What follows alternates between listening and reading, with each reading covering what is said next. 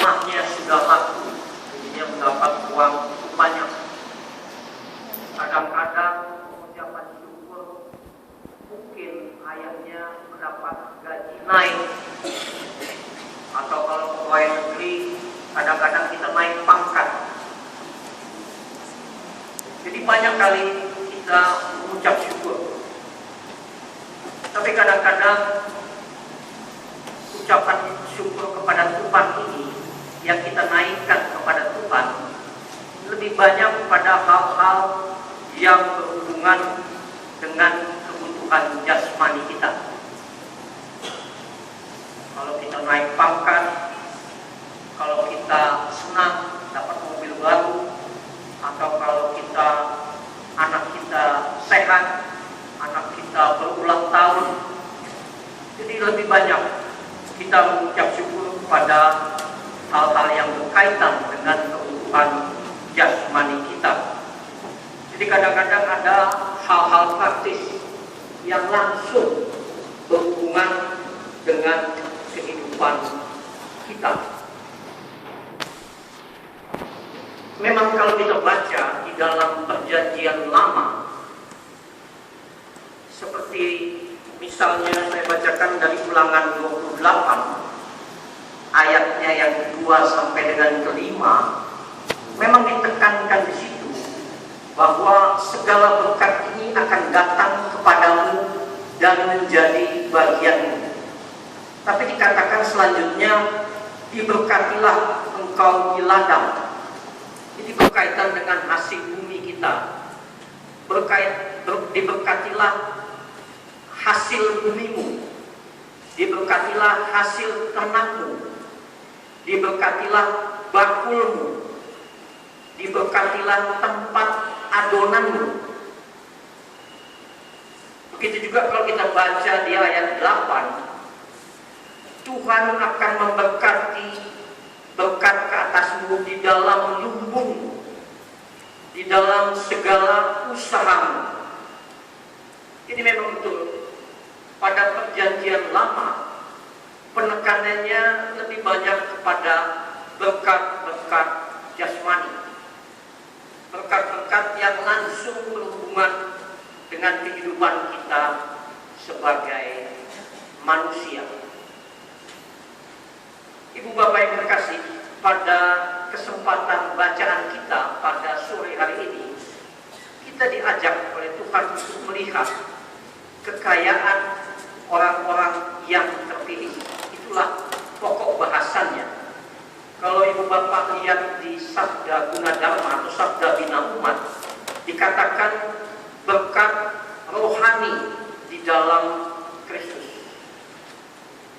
Jadi dalam hal ini memang di dalam Perjanjian Baru banyak tertulis penekanan berkat ini, lebih banyak penekanan pada berkat rohani. Memang ada tulisan-tulisan mengenai berkat jasmani, tapi kalau kita baca, seperti contoh apa yang kita baca pada sore hari ini, dikatakan mengenai pada ayat 3, terpujilah Allah dan Bapa Tuhan kita Yesus Kristus, yang dalam Kristus telah mengaruniakan kepada kita segala berkat rohani di dalam surga. Jadi memang ibu bapak yang terkasih, di dalam Perjanjian Baru ini banyak penekanan pada berkat-berkat rohani, seperti yang kita bacakan di dalam ayat sore hari ini. Dan sudah dikatakan dalam ayat ini bahwa berkat ini adalah dari Allah. Jadi tidak ada berkat dari tempat lain. Semua berkat, baik dia jasmani maupun rohani, itu datangnya dari Allah. Jadi kita tidak bisa minta berkat dari tempat lain. Kadang-kadang ada yang punya jimat, kadang-kadang ada pergi suatu tempat yang mau minta berkat. Kadang-kadang mungkin di Sulawesi Utara ada opo-opo taruh di kantong supaya kita dapat berkat. Tidak, dikatakan oleh Tuhan bahwa sumber berkat pada ayat ini, sumber berkat adalah dari Allah. Dan dikatakan pada ayat ketiga ini, berkat rohani di dalam surga. Memang menjadi pertanyaan. Saya pernah ditanya oleh teman saya, seorang orang percaya juga, Dr. Hari, saya ini tiap hari berbuat baik. Saya setiap hari menolong orang sakit. Saya punya klinik di bawah jembatan, menolong yang tidak mampu. Tapi saya tidak pernah pergi ke gereja. Bagaimana? Seperti kita ini, kita datang ke gereja tiap hari ini. Saya katakan, apa yang kau lakukan sudah baik. You lakukan secara horizontal sudah baik, mengasihi sama manusia. Tapi jangan lupa yang vertikal. Kita juga harus mengasihi Tuhan. Kita juga harus memuji Tuhan. Contohnya, kalau kita pergi ke gereja hari Minggu ini, kita memuji dan membesarkan nama Tuhan. Ibu Bapak yang kekasih, memang kalau kita bicara berkat rohani ini kadang-kadang agak gak jelas. Lebih enak berkat jasmani, kita naik pangkat, anak kita lulus, itu lebih enak. Tapi pada sore hari ini Tuhan akan mengajarkan kepada kita suatu berkat rohani, suatu kekayaan yang sangat besar yang sudah kita punyai. Kadang-kadang kita merasa miskin. Sebetulnya Tuhan sudah memberikan berkat rohani. Kita ini orang yang paling kaya. Supaya itu dikatakan kekayaan orang-orang yang terpilih. Ibu Bapak yang terkasih di dalam Yesus Kristus, segala berkat rohani ini sudah diberikan oleh Tuhan kepada kita. Apa saja berkat rohani? Pertama, Allah sudah memilih kita. Dikatakan di dalam ayatnya yang keempat, sebab di dalam Dia Allah telah memilih kita. Enggak mudah dipilih oleh Allah. Mungkin dari 240 juta rakyat Indonesia, kita warga GPIB, mungkin sekitar 500.000 dipilih oleh Allah. Jadi nggak mudah dipilih oleh Allah, tapi kita ini sebagai orang percaya sudah dipilih oleh Allah, disiapkan sebelum kita lahir, sudah direncanakan untuk hal-hal yang baik yang akan diberikan kepada kita. Ini satu kekayaan. Tuhan sudah memilih kita. Kalau saya dipilih menjadi legislatif, anggota DPR, bangga sekali. Saya dipilih oleh rakyat, saya dipilih oleh presiden menjadi menteri, saya bangga sekali. Tapi sekarang yang milih kita ini adalah Allah. Allah yang maha kuasa, yang maha besar, presiden daripada segala presiden, raja daripada sudah memilih kita. Ini satu berkat rohani yang sudah kita terima. Ibu Bapak yang terkasih, yang kedua, Allah telah menjadikan kita anaknya. Pada ayat kelima kalau kita baca, di dalam kasih Dia telah menentukan kita semula untuk menjadi anak-anaknya. Kita bisa bayangkan, kalau ayah kita yang presiden, wah kita udah hebat sekali, bisa ini, bisa itu, segala macam bisa.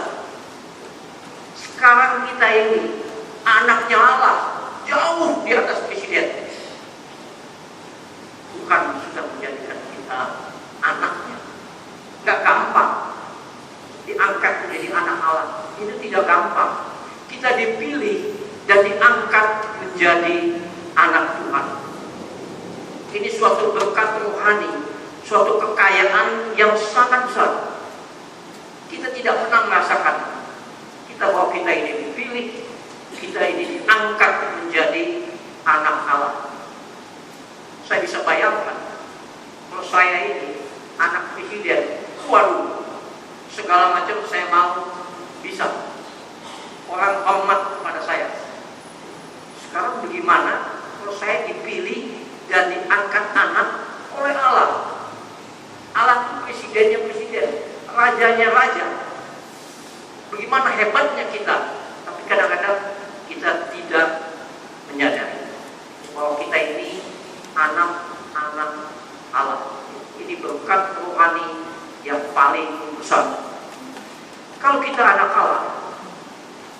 pasti Allah sangat mengasihi kita. Kita punya anak aja, kita sayang setengah mati, kita jaga setengah mati. Apalagi kita ini sebagai anak Allah. Allah akan sangat mengasihi kita. Kita lihat di ayatnya yang ke-6. Supaya terpujilah kasih karunia-Nya yang mulia, yang dikaruniakan kepada kita di dalam Dia yang dikasihinya.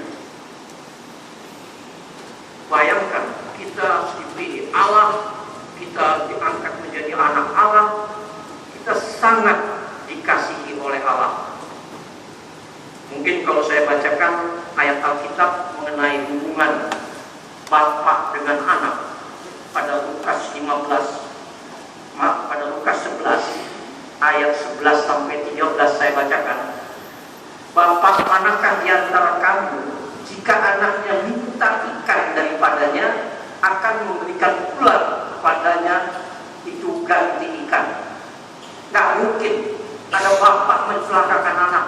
Tidak mungkin anaknya minta ikan dikasih ular sebagai gantinya. Tidak mungkin.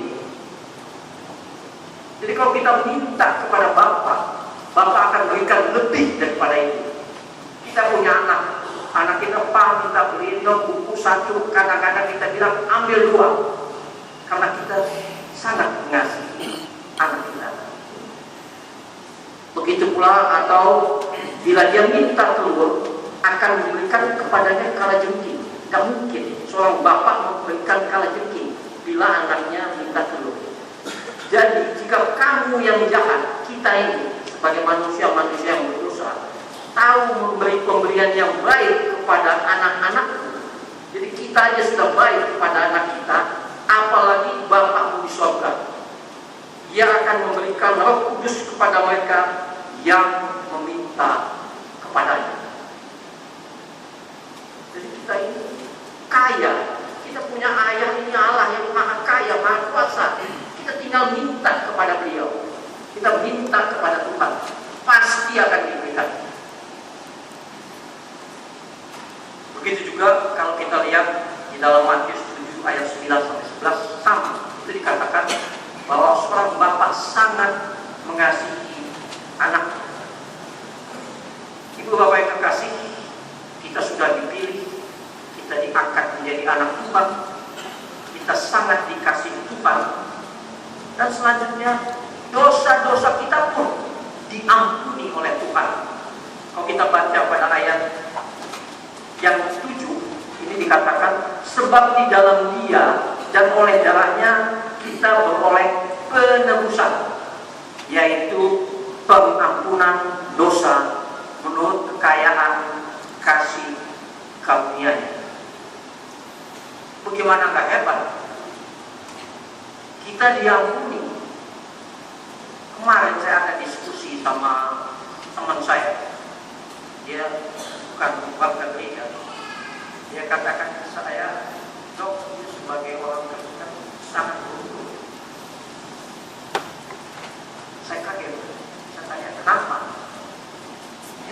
Diampuni dosanya langsung oleh Tuhan.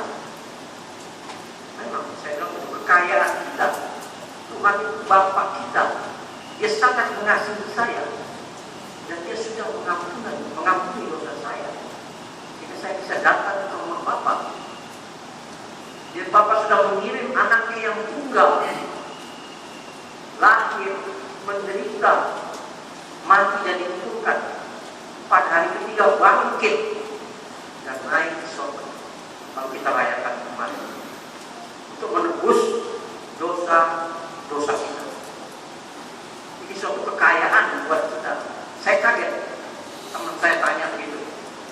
Jadi dia mendengar bahwa orang Kristen itu sudah diampuni dosanya oleh Tuhan. Ibu bapak yang terkasih, dan yang paling istimewa, kita sebagai anaknya, kita pun diangkat menjadi ahli warisnya. Wow, hebat sekali. Kalau saya punya ayah ada presiden, warisan saya mungkin banyak. Mungkin saya punya mobil banyak warisannya, saya punya perusahaan banyak. Apalagi ayah saya Tuhan Allah, dan saya menjadi ahli warisnya. Bapak Ibu sekalian ini menjadi ahli waris daripada Allah. Itu dikatakan di dalam ayat-ayat ini. Kita sebagai anak dan kita berhak juga menjadi ahli waris. Seperti dikatakan di dalam Roma 8 ayat 17 juga mengatakan, dan jika kita adalah anak, maka kita juga adalah ahli warisnya. Maksudnya orang-orang yang berhak menerima janji-janji Allah. Kita bisa bayangkan berkat rohani yang diterima. Allah memilih kita, Allah menyatakan kita sebagai anaknya, Allah sangat mengasihi kita, Allah mengampuni dosa-dosa kita, dan kita berhak menerima warisan daripada Tuhan. Bagaimana nggak besar berkat ini? Kita kadang-kadang hanya mikirin berkat naik gaji dah, kita ucap syukur. Papa naik gaji dari golongan 3D naik ke 4A, kok hebat sekali. Gaji pokok naik 500.000, kita mengucap syukur. Tapi kita lupa berkat rohani yang sudah kita terima. Ibu Bapak yang terkasih, dan juga dikatakan di dalam ayat ini, Allah telah menjadikan kita sahabatnya.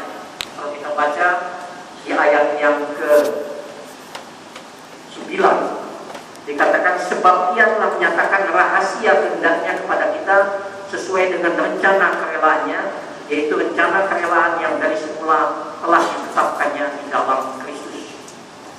Kalau kita hamba Tuhan, hanya hamba, Tuhan tidak mungkin kasih tahu rencananya. Tapi kita ini sahabatnya.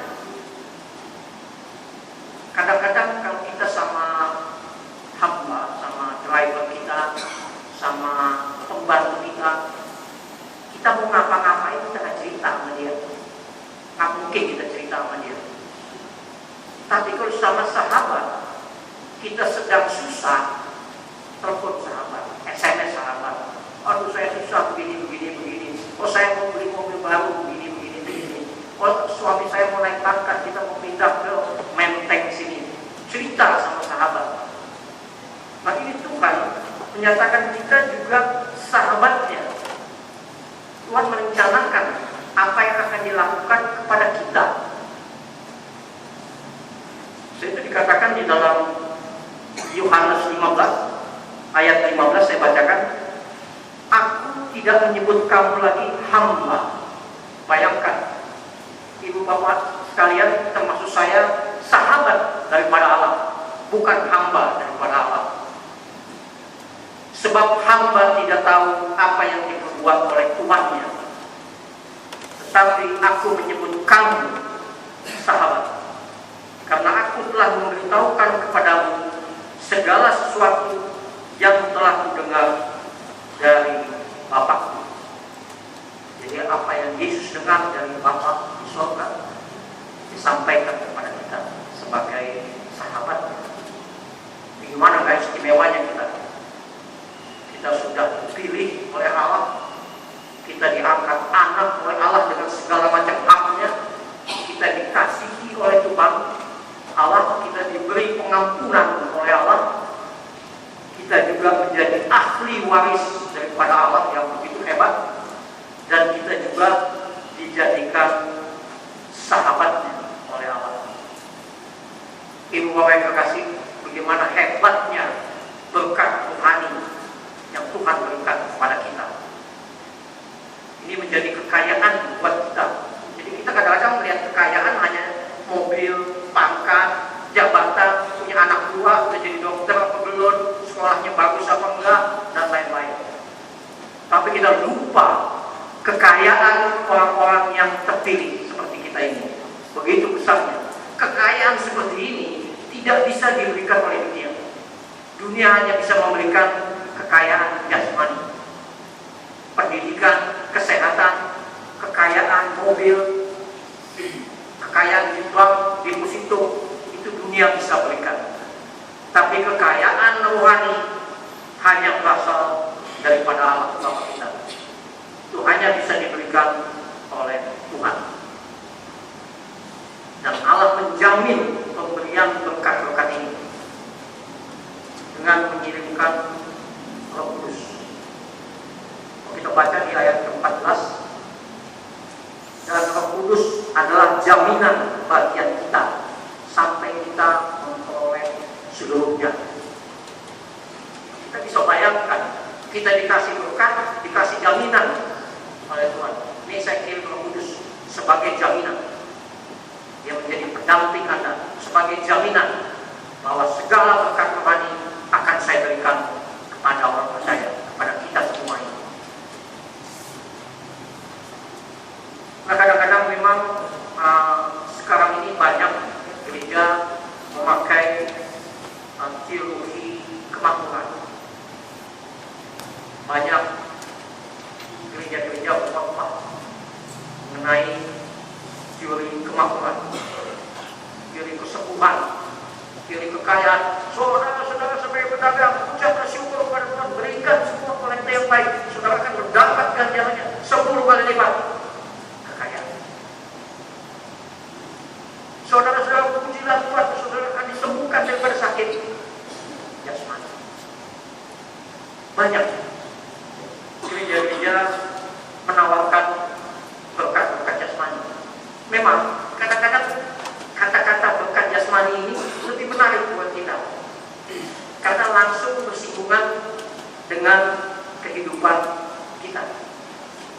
Kita lupa berkat rohani yang Tuhan sudah berikan kepada kita, yang sangat besar, yang tidak mungkin diberikan oleh dunia ini kepada kita, dan ada jaminannya. Roh Kudus menyertai kita. Ibu-ibu sekalian, apa yang harus kita lakukan? Kembali, apa yang harus kita lakukan? Kita diam aja, terima kasih. Tidak bisa. Tuhan sudah melakukan pekerjaannya. Kita pun harus melakukan tugas kita supaya berkat rohani ini menjadi milik kita. Gak bisa kita suka-suka diam-diam terima, gak bisa. Ya. Tuhan sudah melakukan tugasnya, memberikan berkat-berkat rohani kepada kita, dan kita juga mempunyai tugas. Apa tugas kita? Supaya berkat rohani ini betul-betul sampai di kita, supaya kekayaan ini betul-betul sampai di kita. Pertama, buanglah semua pikiran negatif yang mendatangkan ketakutan. Ketakutan ini hati-hati. Kadang-kadang kita cemas. Wah, anak saya nanti sekolahnya bagaimana? Mahal di sana, mahal di sini. Wah, anak saya sakit bagaimana? Takut. Wah, suami saya kalau dipecat dari kantor, kita makan apa ini? Wah, ini tagihan kalau nggak bisa dibayar, bagaimana ini? Wah, besok saya mesti menghadapi ulangan umum, bagaimana ini? Ketakutan. Kita selalu cemas, kita selalu takut. Kita kayaknya miskin rohani. Kenapa kita tidak boleh takut, Bapak sekalian? Karena ketakutan itu akan membuka ruang gerak bagi iblis. Kalau kita takut, ini iblis masuk ke dalam badan kita. Dia atur kita, dia jajah kita, dia kendalikan kita karena ketakutan ini. Kita makin takut, seolah-olah kita tidak punya Bapa di surga yang begitu kaya, yang bisa berbuat apapun. Tidak ada yang mustahil di tangan Tuhan. Dan Tuhan itu Bapa kita. Kenapa kita takut? Kenapa kita cemas menghadapi hari esok? Kadang-kadang bensin mau naik 6.000, bagaimana nih Pak?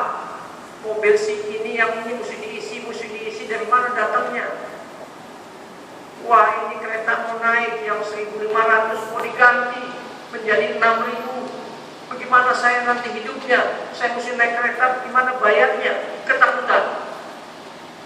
Wah, dengan kiri kanan anak sekolah TK, SD, bayarnya 30 juta buat masuk aja, bagaimana kita hidup? Harga harga daging naik, Pak, 80.000 per kilo. Bagaimana beli dagingnya nanti? Gimana kalau Papa pensiun? 3 tahun lagi Papa pensiun, dari mana datang uang? Ketakutan. Ketakutan ini menyebabkan iblis mudah masuk. Kita memberikan ruang gerak kepada iblis untuk masuk pada diri kita di dalam ketakutan ini.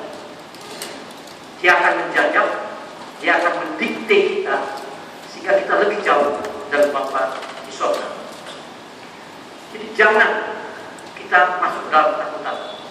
Jangan kita seolah-olah miskin rohani. Kita ini orang kaya. Saya dikatakan itu kekayaan orang-orang terpilih. Kita ini kaya. Tuhan sudah bilang, "Yuk anak saya, jangan takut. Saya ini maha kuasa, tidak ada yang mustahil di dalam saya. Yuk minta, saya kasih. Yuk ketok, saya buka." Kita kadang-kadang takut. Kita kadang-kadang setengah nggak percaya. Betul yang saya minta dikasih. Ketakutan.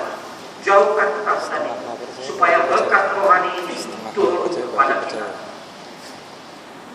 Kedua, kita harus hidup setiap hari dalam keyakinan, dalam iman, di melawan yang ketakutan. Kita selalu hidup harus dengan yakin. Kita harus arahkan pandangan kita selalu kepada Bapa. Anak-anak yang mau ujian, mau tes selalu, jangan takut. Yuk belajar, berdoa kepada Tuhan, minta arahkan kepada Tuhan, jangan takut. Ibu-ibu yang pegang ekonomi di rumah, yang uangnya tanggung, jangan takut. Kita ini anak Tuhan, tinggal minta.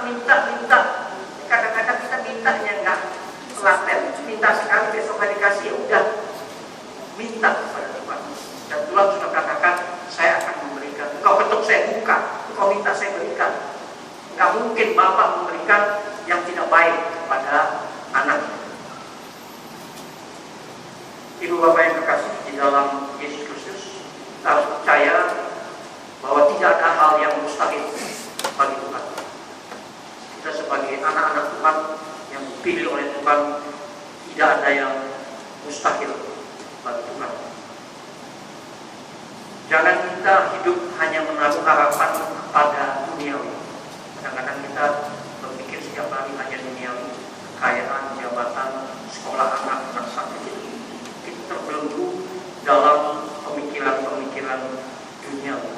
Karena kalau kita sebagai orang percaya dan mempunyai pengharapan kepada Kristus, dan hanya hal-hal kecil itu, kita orang paling malang di dunia ini.